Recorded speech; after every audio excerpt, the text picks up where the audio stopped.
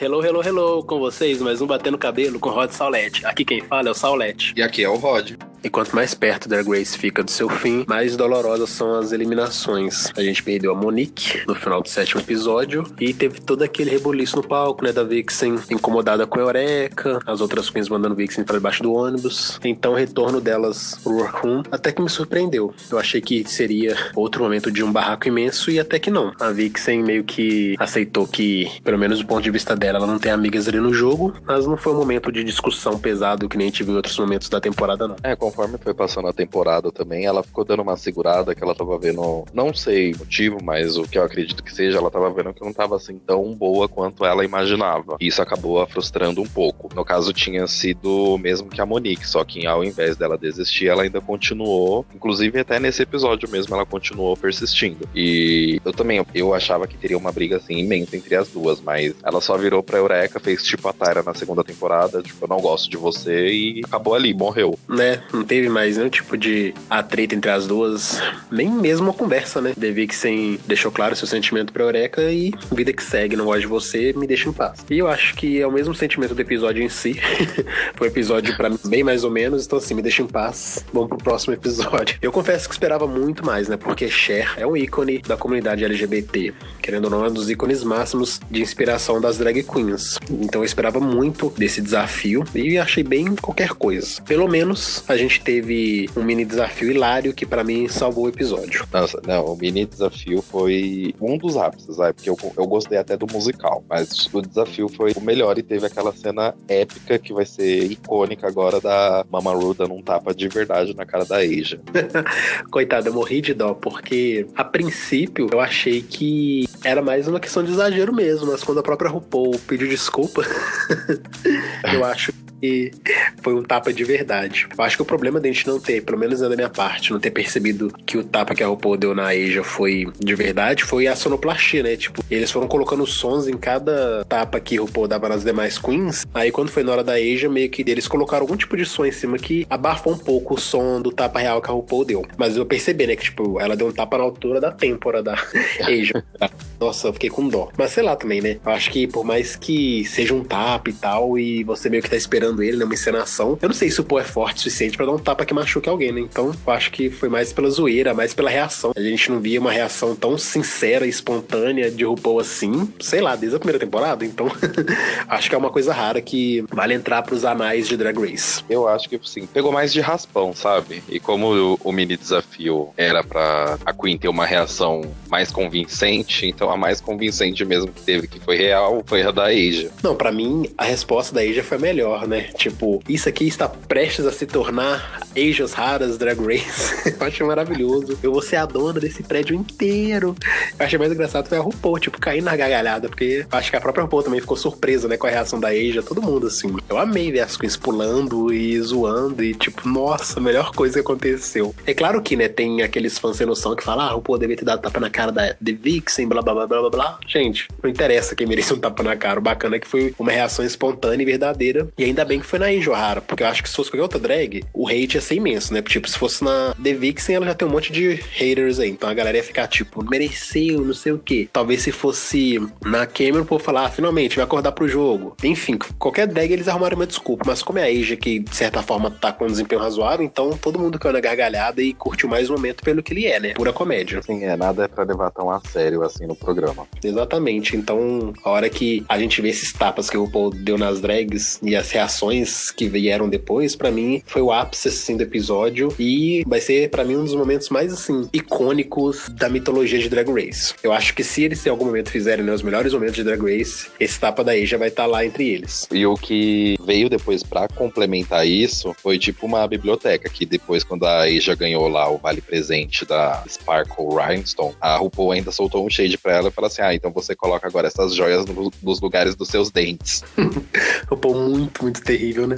Não, mas aí fora essa parte cômica, uma outra parte, assim, que me surpreendeu, porque eu quase não me lembro, é da Cameron falando nos confessionals, que eu só lembro dela falando no começo, falando quem ela era quando ela entrou no primeiro episódio, e agora do nada ela surgiu falando e dando opinião. Isso também me surpreendeu muito, porque eu lembro que a gente até comentou no podcast passado que a Cameron tá sendo mega sabotada pela edição e nem nos depoimentos ela aparece. Mas aí o 8º episódio começou e a primeira coisa que vem na nossa cara, Cameron nos depoimentos. Pensei, opa, tá tudo diferente agora, aí estamos num mundo invertido de Drag Race, mas a diferença é que a Cameron tava falando só de si, não estava igual as outras queens que eram instigadas a criticar uma às outras. Cameron, pelo menos, focou em falar só dela mesma. Sim, também a gente tinha comentado, né, que ela tinha falado daquele negócio no Instagram nos últimos podcasts, de que faziam pergunta pra ela criticar as queens, também porque como o número de drags está diminuindo, a competição já tá acabando, então eles têm que dar espaço pra ela falar, mesmo a produção, os produtores tendo pegado o ranço dela, alguma coisa do tipo, eles vão ter que colocar ela ali porque ninguém tá cego, né? No caso, eles precisam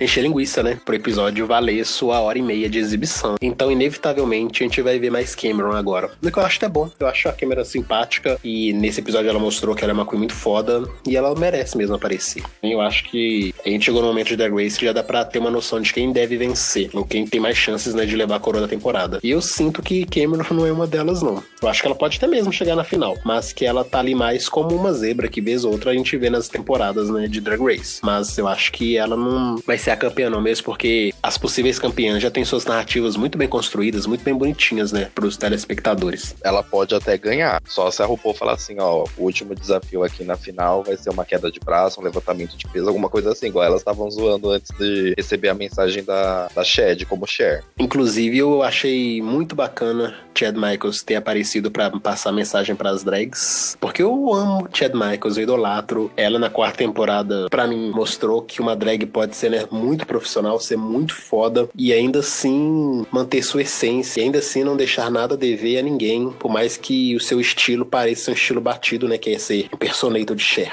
E desde então eu adoro Chad Michaels, enfim. Eu acho que como essa 10ª temporada tá sendo uma temporada também de celebração do show, sempre trazendo, né, uma drag icônica que já passou nas temporadas anteriores, eu achei que foi muito válido ter trazido Chad Michaels, exatamente por ser um episódio dedicado a Cher, né? Então, tudo a ver. Eu acho que seria o mesmo se fosse um episódio dedicado a Britney e trazerem a Derrick Barry pra fazer. Não sei não. Não é a mesma coisa, não. Talvez trouxer a Tatiana fazendo a Britney no Snatch Game da 2ª temporada, ok. Agora Derrick Barry, vamos botar uma interrogação aí, né? Quem sabe? Não, mas comparando entre a Derrick Barry e Tatiana, eu prefiro muito mais Tatiana imitando a Britney. Então, mas, né, vamos tomar cuidado, senão daqui a pouco tá falando lá, os haters da Derrick. Eu adoro a Derrick e tal, mas como Britney, ela não me convence. Eu amo a Britney e, sei lá, eu não vejo tanta semelhança assim, mas, né, ok, choices. Aí depois de ter aparecido a Shed dando o aviso, veio a RuPaul fazendo aquele mini desafio e falou que cada uma ia interpretar uma Cher de alguma década. Então aí a RuPaul falou que a Cameron ia a Cher dos anos 60, a The Vixen e a Monet seria a Cher do show de variedade dos anos 70, a Aquaria, a Cher da disco, a Asia como estrela do filme que a Cher fez uma época, a Eureka na época que a Cher fez o comeback dela com um estilo de rock, e a Cracker no comeback, foi a turnê dela, não foi? Não sei. Infelizmente eu não sou tão fã da Cher assim pra saber de suas eras, não. Tanto que RuPaul foi falando lá e ok, isso aí, RuPaul você tá falando, eu acredito. Essa última pra mim eu pesquisei assim, mas eu entendi que o comeback foi a época que ela voltou depois de um tempo parada. Infelizmente não vou conseguir te ajudar nesse momento, porque de fato Cher pra mim é um ícone, mas não sei muito sobre a vida e carreira dela, não. Então eu entendi que foi isso, e também o programa foi mais um marketing voltado pro musical que ela tem agora na Broadway, né, que vai estrear agora. Como sempre, né? O Paul sempre usando Drag Race como seu polishop pessoal. O que eu achei bem sacana da parte do Paul, que é algo que ela adora fazer, né, com seus plot twists em Drag Race, foi revelar pras drags que elas não só iriam fazer esse musical da Cher, como teriam que cantar ao vivo. Eu achei muito sacanagem, porque a gente sabe que o dom de muitas drags é dublar e não cantar. Então meio que foi aquela armadilha, né? Aquela pegadinha clássica de RuPaul. Vão lá apresentar, mas tem um pequeno detalhe, vão ter que cantar. Então, sinceramente, aí eu já percebi que havia algum desastre. E é por isso que eu não achei o desafio assim grandes coisas, porque pra mim, no geral, a atuação das queens não foi de encher os olhos, não. Quando falou ao vivo, é mais uma questão, assim, de regionalismo. Igual a maioria das drags dublam, mas se fosse, por exemplo, uma drag da Europa, ela canta. Geralmente lá eles cantam, tem karaokê com drag queens. Mas aí, no caso, a gente tá pensando em, não Europa em si, mas Londres, né? Mas até na França, Espanha, esses lugares tem, porque no The Switch 2, que os desafios principais, elas têm que cantar, tem agora uma drag que é lá da França, e ela também canta lá. Então, eu acho que é mais questão de regionalismo mesmo. As de lá cantam, as daqui mais dupla.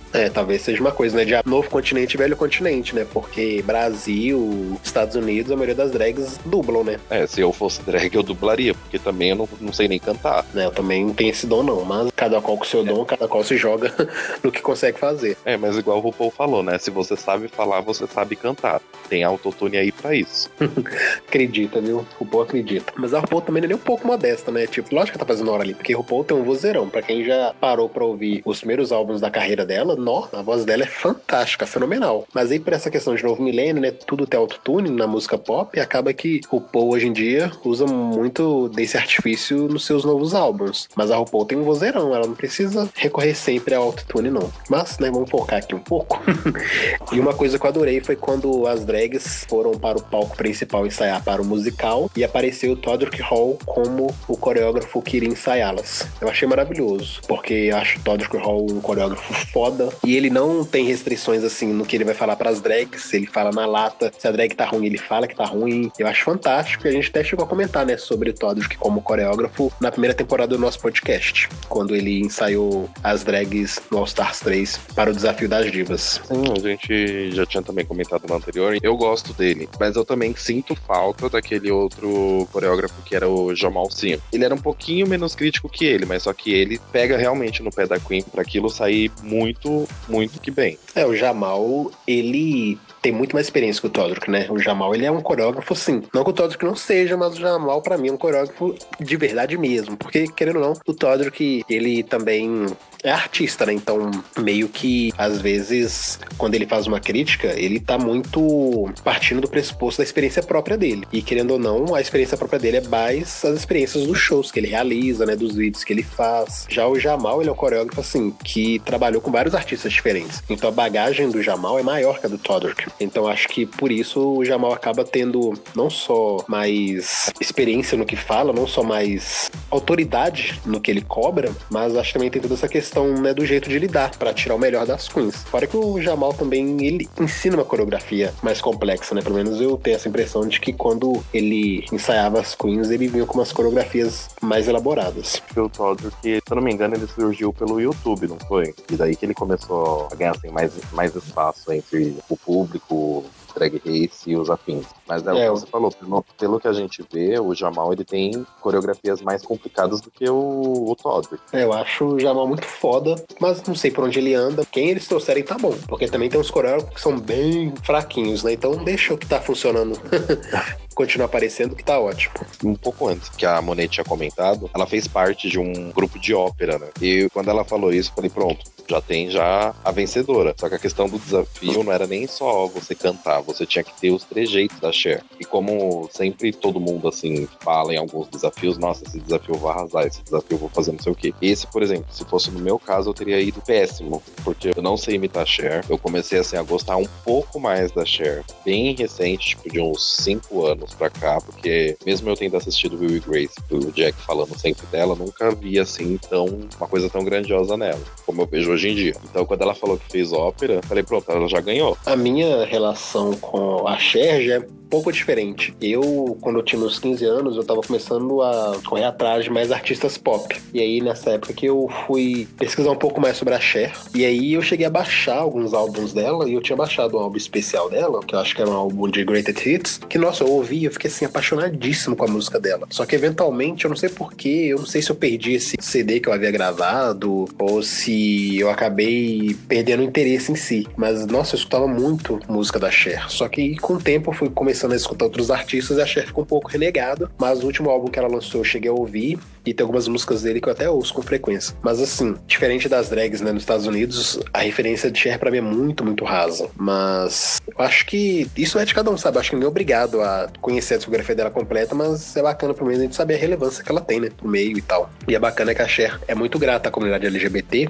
porque ela mesma já declarou que quando ela esteve no pior momento de sua carreira, quem que esteve ao lado dela, que continuou consumindo sua música, seus produtos, foram os gays. E nesse sentido, eles ajudaram ela a se erguer na pior fase de sua vida. Então, eu acho que acaba sendo uma relação simbiótica, né? Os gays são, tipo, muito aficionados na Cher, e a Cher faz um trabalho maravilhoso, voltado especialmente pro seu público gay. Agora, quanto às drags, né, no desafio, a hora que elas estavam ensaiando, eu já vi de cara que a Cameron ia vencer. Por mais que Monet tenha falado sobre seu passado, cantando ópera, Drag Race tem uma fórmula, né? Uma que vai muito mal no ensaio, pode saber que no desafio ela vai arrasar. Então, a hora que a Cameron lá, sendo a primeira no ensaio, errando tudo, e se confundindo o tempo todo, deixando o Todrick incomodado, já pensei, campeã, já levou. Não precisa nem mostrar o resto. De primeiro momento eu tinha achado que a Cameron não ia bem por conta da personagem dela ser dos anos 60, né? A Cher dos anos 60. Na minha cabeça eu achava que seria mais difícil você interpretar e fazer os trejeitos dela naquela época. Pra mim, no começo, eu imaginava que a Monet iria ganhar. Mas no desafio em si, ela foi boa porque ela soube fazer os trejeitos da Cher e se manteve mais na personagem do que as outras. Porque teve algumas que, durante a música, fez os trejeitos e na hora de ter aquela parte falada, já usou a voz normal, não fez nenhum trejeito da Cher. Mas assim, depois que a Cameron e a Monet apresentaram, nem perdi muito tempo assistindo, não, porque eu achei que a qualidade em geral caiu e eu comecei a achar o musical chatinho. Mas enquanto Cameron e Monet apresentaram, eu achei assim, fantástico. Pra mim foram as melhores. Pra mim era top 2 com certeza, e pra mim merecia dupla vitória. Eu também acho que esse episódio merecia uma dupla vitória. Na verdade, eu tava esperando um duplo Chantei ou duplo Sachê, qualquer coisa desse tipo. Né? Mas Drag Race é assim, sempre nos arrasa quando a gente menos espera. Eu acho que assim, no geral, o ensaio foi um grande desastre, não teve nenhum grande destaque, todas foram bem mais ou menos pra ruim. Nesse momento, só a The Vixen tinha se destacado pela coreografia, que ela fez muito bem, e a Eiji O'Hara, que mostrou ter uma voz muito bonita, né, pra música. Agora, no geral, achei que todas muito péssimas. E pra coroar ainda a cereja do bolo, né, teve uma Eureka completamente apagada no ensaio, que a gente não entendeu por que ela não tava cantando. Eu achei primeiro que era meio que frescura dela, né, porque o Todrick pediu, Eureka, canta pra mim, pelo amor, todo mundo aqui tá cantando, você não vai cantar? E aí ela começava a cantar, né, tipo, ouvir do Ipiranga, tipo, começava a voz num tom, quando você piscou, já tava sussurrando, sabe? Ela tava, tipo, fazendo aquela pessoa do coral que só fica mexendo a boca e não fala nada.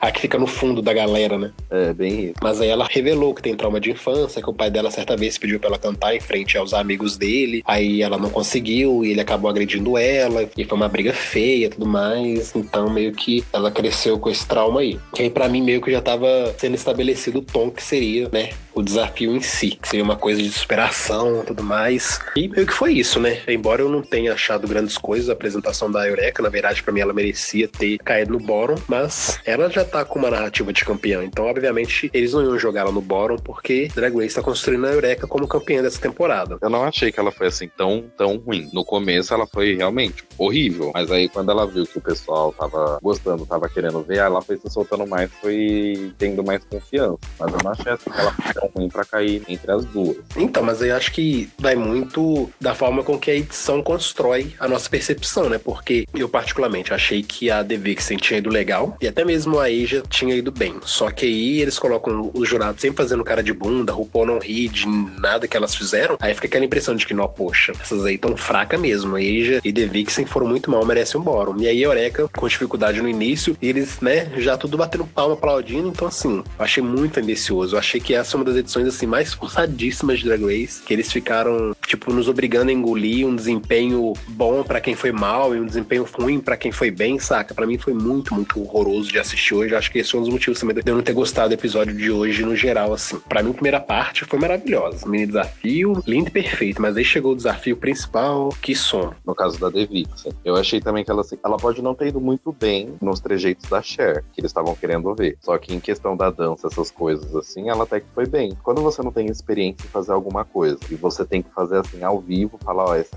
é a primeira e única oportunidade que você vai ter de fazer isso, então você tem que fazer direito. É óbvio que você vai ficar pensando na sua cabeça pra você não ficar fazendo nada de errado na hora. E aí a Michelle falou assim que, ela tava dançando, mas ela tava dançando pra ela. Eu não sei se foi a Michelle ou a RuPaul. Tava dançando pra ela e não tava deixando o público ver, entrar dentro da dança junto com ela. Então ela tava meio que só reparando nos passos que ela tava fazendo e não na plateia. Eu achei assim, uma desculpa meio tipo, O que isso tem a ver, né? Não achei que ela foi tão ruim assim. É isso que eu tô falando, tipo, hoje a edição forçou tanto, mas tanto que a The Vixen foi ruim e merecia cair no bórum, né? E consequentemente ser eliminada, que até as desculpas dos jurados pra poderem falar negativamente de The Vixen foram umas desculpas muito esfarrapadas, muito ruins. Então assim, eu já até falei em outros podcasts, eu sou sensato nas minhas críticas. Eu posso ter minha torcida, mas se a Queen vai mal, eu falo que ela vai mal mesmo, independente da minha torcida por ela. E se ela vai bem, é a mesma coisa. Eu gostando da Queen ou não, se ela vai bem, eu vou elogiar. E hoje eu não acho que a The Vixen foi ruim da forma que eles pintaram, não. Pra mim, eles forçaram o tempo todo uma The Vixen fraca desde o primeiro momento em que ela pisou no palco pra ensaiar. E não só ali, né? Eu acho que no episódio todo teve esses momentos de colocar a The Vixen sempre com uma cabeça dura, que não aceita a opinião dos outros, que não quer melhorar, que não quer mudar. Quando a RuPaul vai lá no workroom conversar com as drags, dar dicas, né, sobre como fazer o desafio, até mesmo saber como que a Queen está se preparando pro musical, quando a RuPaul foi conversar com a The Vixen, por exemplo, ela havia, né, citado que The Vixen havia dito, assim que entrou no workroom, que ela estava ali para lutar, mas ela queria saber se tinha necessidade mesmo da The Vixen estar sempre assim, na defensiva, não sei o quê. Aquela psicologia que o RuPaul sempre tenta fazer com as drags, né, tipo de superação.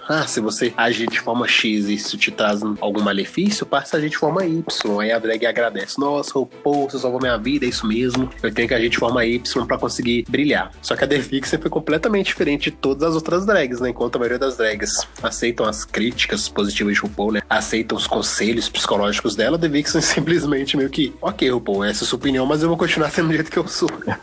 E aí, a RuPaul continuou, né? Tipo, tentando tirar leite da pedra, a The Vixen firme e forte na sua opinião. Achei que eles já estavam pintando ela, né, como cabeça dura. E aí, no início do episódio, eles já enfatizam quando a The Vixen fala que não gosta da Eureka, pra dar essa impressão mesmo, sabe, de arrogante, agressiva, que não quer saber de mudar seu comportamento. Então, pra mim, eles construíram essa narrativa toda pra chegar no final ali, ser aquela coisa, né, tipo, isso aí que a Visage fez. Ela tava dançando, mas foi uma dança que não tinha nada a ver com a proposta do desafio. Tipo, o que você tá falando, velho? Ela dançou super bem. Fora a desculpa que pra mim foi a pior, né, que ela deu, que enquanto a The Vixen dançava, a gente só tinha olhos pra ela e nós nem vimos os dançarinos. Aí quando a Aquária dançou, ela dançou bem e tal, mas meio desengonçadinha, então a gente acabou olhando os dançarinos, e por isso a Aquária foi melhor. Eu pensei, poxa, qual que é a lógica nesse julgamento? Uma drag que tá dançando e todo mundo deveria ver, acaba vendo, porque querendo ou não, foca é a drag, não os dançarinos, ou a outra que dança e acaba que os dançarinos soubam a atenção dela. Achei uma desculpa muito esfarrapada, mas é aquilo, né? Se é pra queimar uma drag, eles vão usar qualquer tipo de artifício pra queimar a drag, justificar por que ela vai cair no bórum e por que ela vai levar o sachê away. Que na verdade eu acho que assim, como eles falaram que o show não é pra levar tão a sério, eles gostam de ver essa coisa de comédia. O da Aquária, eu achei que ela se saiu melhor porque ela teve coisas engraçadas, ela adicionou coisas engraçadas. Então por isso que ela acabou meio que sendo melhor. Mas eu também acho que eles levam em consideração a quantidade de vezes que uma drag tá indo ruim, que foi no caso da The Vixen. Então, como ela foi ruim já nos 2 últimos desafios e agora foi ruim de novo, então vamos colocar ela entre as piores. Mas eu não vou mentir, ela tava na hora dela sair por causa de algumas mancadas que acabou dando. Só que é igual você fala, a edição acaba dando uma construção de imagem a uma Queen muito ruim. Tem um podcast que a RuPaul fala que se você tá indo pra competição e você tem uns trejeitos, você inventa na hora, não vai dar certo. Ela falava isso por causa da Lagrange. A Lagrange, ela tinha uns trejeitos que não era realmente dela, ela fazia aquilo na hora. E acabou que queimou o filme dela por causa disso. Só que tem esses momentos que a Queen tá indo super bem, tá falando, tá indo super direito, conforme a imagem dela, e a edição acaba tendo esses desvios pra fazer igual essas narrativas. Por exemplo, a narrativa da Eureka ganhando vários desafios, ela chegando até a final, superando um monte de coisa. E a narrativa da The Vixen, que foi tipo aquela garota explosiva, sempre tentam fazer essa briga entre The Vixen e Eureka, que acabou não dando certo fazendo entre a Miss Cracker e a Aquária, pra, de certa forma, manchar a imagem dela. De tudo isso, assim, um momento que eu acho que foi até que legal, que eles colocaram na edição e deu pra ver que foi um momento sincero, apesar de eu achar que ela deve ter rebatido alguma coisa que a Asia falou, foi esse momento que a Asia tava dando um conselho pra ela, falando, ó, você não acha que a sua raiva tá vindo de uma outra coisa, igual ela falou da síndrome da mulher negra? Você não acha que a sua raiva tá vindo porque ela é branca, ela tem mais privilégios que você e você tá deixando isso afetar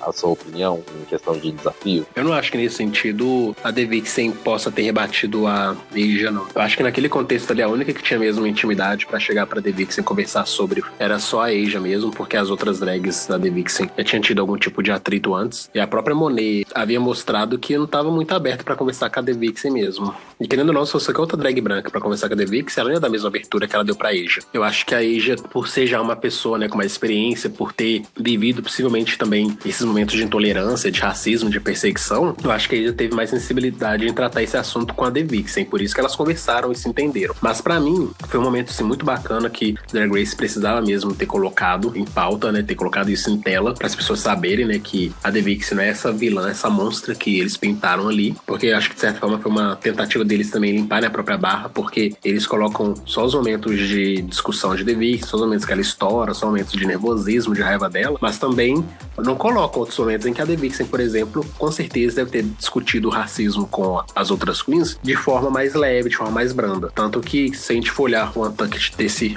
8º episódio, que foi fraquíssimo, mas nele, em nenhum momento a The Vixen aumentou o volume de voz com ninguém, ela conversou com todo mundo numa boa, The Vixen até mesmo zoou com a Aquaria, e a Aquaria correspondeu, sabe? Então acho que assim, Drag Race nesse sentido é muito hipócrita também, porque ele fica lá reforçando a imagem da mulher negra agressiva, e no caso, né, a The Vixen foi essa protagonista que eles usaram, essa pessoa agressiva que quer o tempo todo fazer barraco, mas de certa forma também ele tenta dar limpada na barra, trazendo essas discussões sobre racismo, sobre tratamento com que os negros sofrem nos Estados Unidos, traz essa questão das pessoas privilegiadas que se dão melhor na onde atuam, no caso o exemplo que deu foi da Eureka, né? Enfim, eu acho que Drag Race, ele tenta abraçar todas as causas simplesmente por audiência e acaba sendo hipócrita, oportunista, incoerente, porque ele coloca, né, a Queen X como a negra agressiva, no caso a Queen X seria The Vixen, mas aí depois coloca a Asia O'Hara como essa negra já experiente, amorosa, que tenta salvar a negra agressiva, mas no fim das contas, quando The Vixen é eliminada, não tem mais o que salvar da imagem dela, ela é eliminada com essa imagem de negra agressiva, que não aceita a vitória alheia, que não aceita o sucesso dos outros. Então, quem não tem esse discernimento e só compra o que a edição vende, vai comprar isso mesmo, que a The Vixen não presta e que ela merece um ostracismo, e aí tem esse discurso de ódio dos fãs perseguindo, ameaçando de morte, e as pessoas vão dar simplesmente eco a essas coisas. E a The Vixen, no caso, fica queimada, e aí vai sofrer o que, por exemplo, a Coco sofreu na 5ª temporada, nas brigas com a Alyssa Edwards. Até hoje, Coco é menosprezada,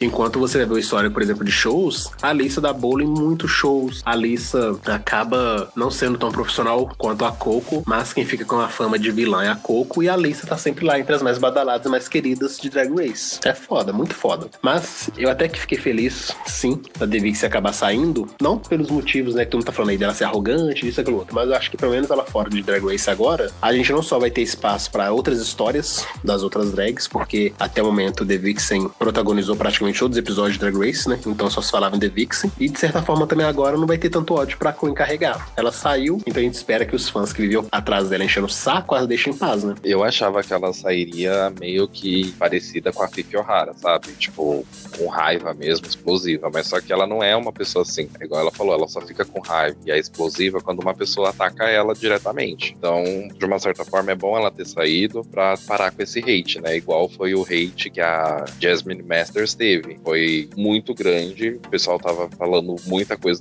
recebendo até muita ameaça de morte por uma coisa que ela só, tipo, falou, eu não consigo, não dá, eu vou desistir. Mas pra mim a The Vixen já chegou a receber esse nível de ódio que a Jasmine recebia. E até mais, porque querendo ou não, quando a 7ª temporada foi ao ar, era ainda na Logo TV e a audiência não era a mesma da VH1. Então eu acho que infelizmente a The Vixen acumulou muito mais hate até, e eu acho que ela tá, de certa forma, conseguindo driblar tudo isso e não deixar com que esse ódio que ela tem recebido fale mais forte do que ela. Eu acho que pro bem ou pro mal, até esse 8º episódio, a gente tem que aceitar que a The Vixen foi protagonista de Drag Race. Se ela é protagonista vilã, se é uma protagonista mocinha, aí vai da opinião de cada um. Mas que ela foi o centro das atenções até agora. E que ela acabou trazendo, né, pra si as principais narrativas da temporada até então, não tem como negar. Então acho que, por mais que ela não tenha saído com a coroa da 10ª temporada, ela sai como uma das grandes personalidades da história de Drag Race. Querendo ou não, no futuro, sempre falar em The Vixen, vão lembrar dela. Sim, isso daí não tem nem o que comentar, né? Tanto que eu lembro que no nosso primeiro podcast dessa 10ª temporada, a gente comentou disso, né? Que The Vixen teve uma entrada tão apagada. Será que ela vai ficar apagada na 10ª temporada? Mal sabia a gente o que nos esperava, né?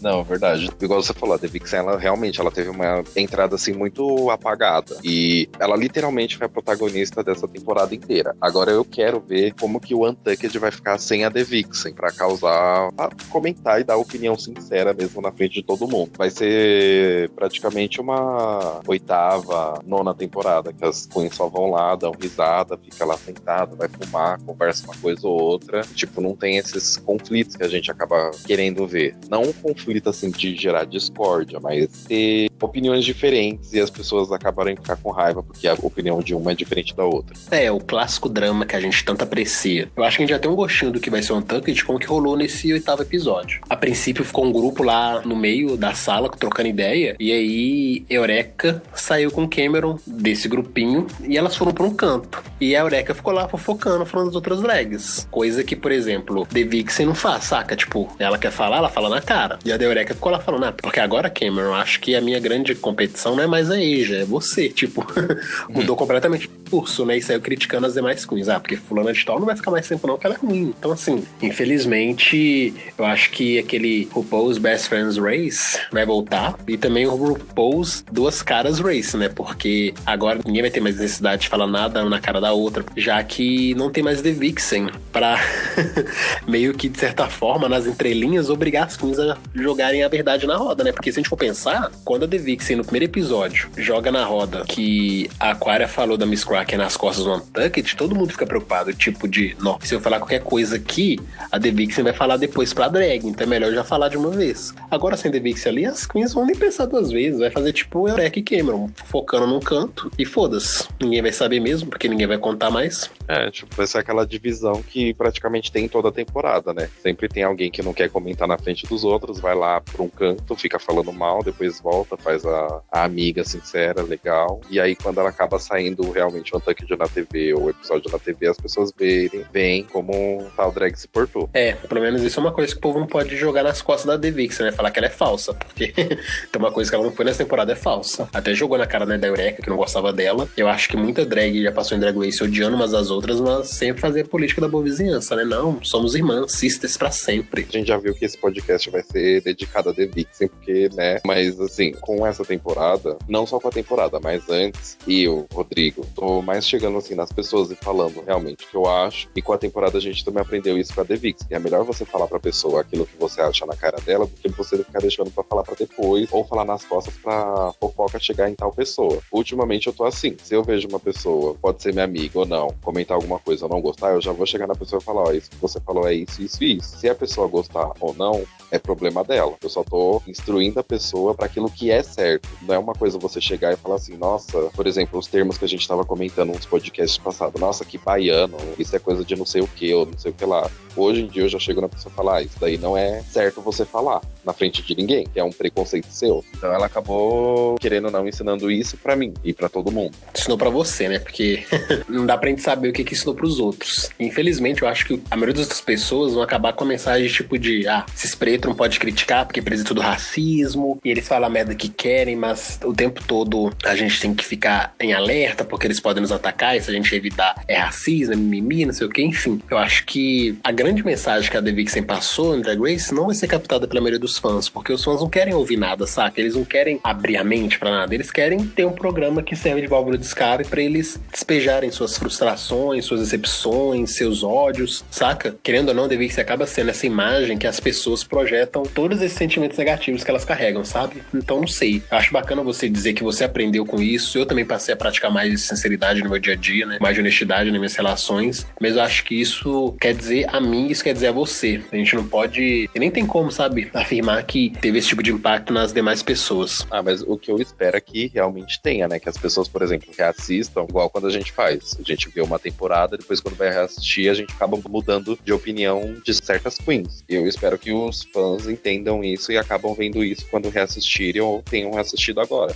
Eu acho que nesse momento o povo tá com a cabeça muito quente, tá com a emoção muito à flor da pele, e acho que eu preferi mesmo focar na intolerância, no ódio, na indignação, do que focar nas mensagens que não só a The Vixen passou, mas as demais drags passaram, né? Porque eu acho que cada drag acaba usando a plataforma de Drag Race pra passar alguma mensagem, algum tipo de valor que acredita. Só que as pessoas normalmente não catam isso. Eu acho que isso fica mais nas entrelinhas. Pra mim, a gente tem maior facilidade em captar esse tipo de coisa porque a gente acompanha Drag Race há vários anos, revê várias vezes determinadas temporadas, então a gente meio que criou um vínculo mais afetivo, mais íntimo e um senso crítico maior com o reality, saca? Pra gente vai além do entretenimento, mas para a maioria das pessoas que só veem Drag Race como diversão, não tem por que elas entrarem tão profundamente nessas questões, entende? Entendo. Voltando pro episódio mesmo, né, pro grande desafio, eu acho que a Cameron foi um grande destaque mesmo, mereceu vencer. Eu acho que ela teve uma grande transformação em Cher. E a segunda colocada pra mim foi a Monet mesmo, que pra mim arrasou demais. E eu acho que só não venceu devido aos defeitos que os jurados colocaram no look que a Monet estava usando. Porque pra mim Monet foi fantástica também no episódio, foi maravilhosa e ela e Cameron mereciam a vitória. O ranking pra mim também seria o mesmo. Cameron, depois Monet, e eu acho que a outra que poderia ser seria a Miss Cracker, em terceiro. Ou na boa, eu achei tão ruim as demais que apresentaram que pra mim era tudo bottom, saca? Talvez o outro daria um safe ali, mas pra mim foi tudo fraco. O RuPaul podia colocar umas 5 pra dublar ali, elimina 3, saca? Ai, tô meio cansado de Drag Race. Acho que a gente tá vendo tanto desde fevereiro que a gente precisa de um respiro, gente. Então o RuPaul dá uma pausa aí de 2 semanas, 3, porque não dá, gente, tá? Não dá, tá muito pesado. Mas eu acho que como assim a indústria também vê questão de dinheiro, se eles verem que lucrou mais fazer 2 temporadas em um ano, eu tenho medo que ano que vem eles façam de novo All Stars 4 e a 11ª temporada logo em seguida. Se for aí, a gente vai ter que mandar um e-mail pra RuPaul falar: RuPaul, sinto muito, mas o Brasil está cancelando qualquer tipo de episódio, mesmo pirata ou All Plus sendo transmitido aqui, porque não dá. A gente tem contas a pagar, muita coisa a resolver. Não tá dando pra acompanhar essa sua ganância frenética por anúncios e patrocínios. Passarela é aquela coisa de glitter maravilhoso, glitter magnífico, essas coisas. Então, só a Asia, né, que no Untucked ela ficou assim meio frustrada, falando que sua roupa teve mais lantejoula do que teve glitter. Mas, tipo, é um desafio de glitter, então é brilho. Não significa só ter glitter na sua roupa ou na sua cara ou o que for. Essa indignação da Asia no Untucked mostrou pra mim o que a gente vai aguentar nos próximos Untucked. As drags só lamentando que as críticas que receberam dos jurados não foi justa, que uma drag tá tendo um tratamento diferenciado, e aí vão ter esse chororô até o fim. Por isso que eu vou lamentar muito a The Vixen sair, porque pelo menos ela agitava a coisa, deixava a coisa mais animada. Agora ficar com essas drags resmungando, não aguento. Porque, velho, infelizmente a realidade de Drag Race é essa. São 2 pesos, 2 medidas. Felizmente, do meu ponto de vista, as drags negras sempre são mais criticadas e mais exigidas. E as outras drags, normalmente, né, as brancas, sempre tem as queridinhas lá. Pra mim, essa temporada tá construindo a Aquaria e a Eureka como uma das possíveis campeãs. A Miss Cracker, que no início todo mundo achou que, nossa, ela é a cópia que deu certo da Aquaria e vai arrasar a Aquaria. Virou uma coadjuvante ali. Tá tipo a Kátia na 7ª temporada, mas a diferença é que na 7ª temporada a Kátia pelo menos teve 2 vitórias. Nessa 10ª temporada, Miss Cracker nem isso. Então, assim, completamente apagada, sugada ali na edição. Então, se a gente for fazer um balanço assim, eu acho que o top 4 tá com sua formação praticamente pronta. Eu acho que nos próximos episódios a gente tende a perder Monet e Miss Cracker, e as outras queens se degladiam aí, né, pra saber quem vai ser top 3, top 2. Mas eu acho que nessa reta final o Drag Race já tá muito previsível, tá muito bem delimitado quem que vai chegar até a final. Então agora é mais saber quem que vai sair nos próximos episódios, né, qual que vai ser a ordem mesmo de queens eliminadas, porque o top 3 já tá gritando aí, né. Eu acho assim, top 3, top 4 talvez, que na minha opinião vai ser Aquaria, Eureka, Cameron e Asia O'Hara. E aí Miss Cracker e Monet vão acabar sendo engolidas nesse meio tempo aí. Eu também tô com o mesmo top 4 que o seu. Tá bem evidente já. Quando vai chegando assim na final, a gente já sabe quem vai e quem não vai. E a questão da final, a gente não pode falar, essa queen vai ganhar, mas tem uma narrativa pra aquela queen ganhar. Só se a RuPaul vir com um desafio na final novo, coroa a drag menos esperada, igual aconteceu nas últimas temporadas. A RuPaul não, né? Os produtores agora. Mas nesse caso eu nem tiro mais o da RuPaul da reta, não. Porque ela é produtora executiva do show também. Ou seja, né? Ela decide coisas, ela opina coisas, então também não dá pra falar que o RuPaul é inocente, não, porque uma coisa que a gente sabe que ela não é inocente. Marqueteira também, do jeito que ela é, a gente já pode ter uma ideia. Nossa, tô até pensando qual que vai ser o episódio da semana que vem, né? Tipo, o episódio da semana que vem a gente sabe o que é. Falando assim, qual que vai ser o produto que ela vai jogar na nossa goela lá pra poder engolir. A propósito, o desafio da próxima semana me interessou muito, porque vai ser um desafio de atuação inspirado em Westworld, que é o seriado de ficção científica da HBO. Eu amo Westworld, então eu fico um pouco animado pra ver o próximo desafio, mas exatamente por isso. Eu não assisto Westworld porque eu assisto já um monte de série. Também já tenho muita série pra eu começar a assistir, então algumas acabam ficando pra trás, eu assisto depois que termina de passar esse hype todo. E pelo trecho que eu vi, eu não sei se você já viu numa robô de inteligência artificial chamada Sofia. Não, já vi, mas tipo, não entrei muito em detalhe não, mas eu já vi um pouquinho sobre. Por esse desafio, parece ser um desafio que possa ser que ela seja uma convidada assim, inusitada no programa. Não é porque você por acaso sabe, pelo menos a sinopse de Westworld? Não muito. É porque Westworld é assim, é um parque que tem os anfitriões. No caso, os anfitriões são os elementos dentro do parque. Os anfitriões, no caso, são androides humanoides. E aí, quando você vai no parque, você vê esses androides humanoides e você não consegue diferenciar ele de um humano normal, porque ele é perfeito. E as pessoas, quando vão pra Westworld, é para liberarem suas loucuras mais insanas. Seja fazer orgia com vários androides ao mesmo tempo, né? Com vários anfitriões, que é como eles são chamados. Seja até mesmo entrar numa aventura de caça a algum animal. E o que mais rola, que seja entrar em algum tipo de treta em que você vai matar o anfitrião da forma que você bem desejar. Só que esse anfitrião é muito bem construído, ele é um androide muito bem feito, que aí ele tem tudo aparentemente no ser humano. Se você dá um tiro nele, vai sair sangue. Se você faz um corte na barriga dele, vai sair tripa, saca? Então a premissa da primeira temporada de Westworld é muito fantástica nesse sentido. Você vai pro parque e lá você libera as suas mais insanas fantasias. Eu acho que por isso talvez você fez essa relação com a robô Sofia, porque se você assiste Westworld, você acaba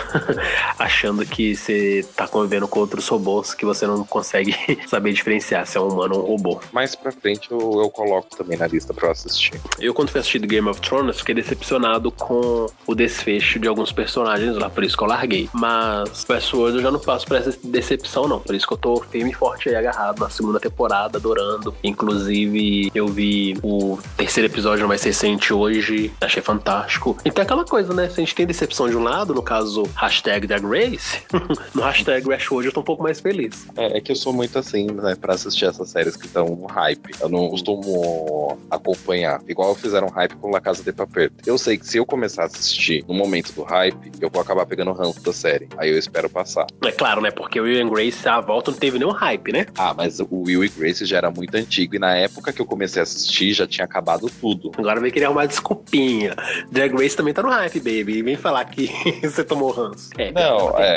É muito difícil não ter ranço. Então, tem questões que a gente acaba tendo ranço, tem questões que não. Mas o do Will e Grace, realmente, eu comecei a assistir quando já tinha acabado tudo. E Drag Race, a gente acaba assistindo, a gente pega ranço quando assistiu na primeira vez, aí espera passar, assiste a segunda vez, a gente tá tudo numa boa, entendeu? Mas o problema de Drag Race, por mais que seja, né, uma série completamente roteirizada, com muitos problemas e tal, é mais você acompanhar o seriado atrelado ao uso das redes sociais. Eu acho que se a gente visse a série sem estar ligado à rede social, saca? Tipo, você entra na VH1 só no dia da exibição, só na quinta-feira, 9 horas da noite. E você fica, tipo, essa semana toda desconectado, que eu acho que é o que acontece, por exemplo, quando você vê suas séries e eu vejo as minhas, você não tem essa influência negativa dos fãs, saca? Porque, por exemplo, eu adoro Westworld. Eu tenho certeza que muita gente fala mal, por exemplo, da Maeve, que é a minha personagem favorita na série. Uma vez eu vi uns comentários sobre ela e eu já tomei raiva, sabe, dessa galera. Aí que eu decidi, não vou ver mais comentário, não vou ver mais nada relacionado à série. Então por isso eu continuo seguindo, assistindo Westworld quando o episódio sai, amando, porque eu simplesmente desconectei dos fãs. Então acho que o Drag Race, a primeira vez que eu assisti foi isso, tipo, eu vi da primeira à quinta temporada direto, e tudo sozinho, sem